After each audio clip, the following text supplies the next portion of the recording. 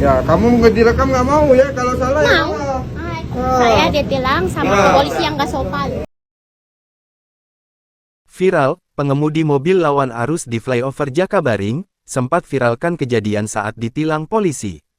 Tengah viral di media sosial video yang memperlihatkan seorang pengemudi mobil tengah ditilang di pos polisi flyover Jakabaring.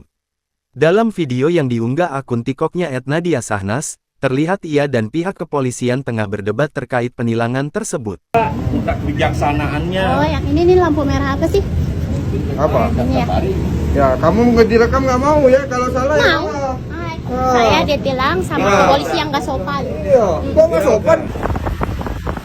Terbaru, nampak rekaman CCTV mobil melawan arus di persimpangan lampu merah flyover Jakabaring, dengan mengambil jalan lurus menuju ke 7 Ulu Jembatan Ampera.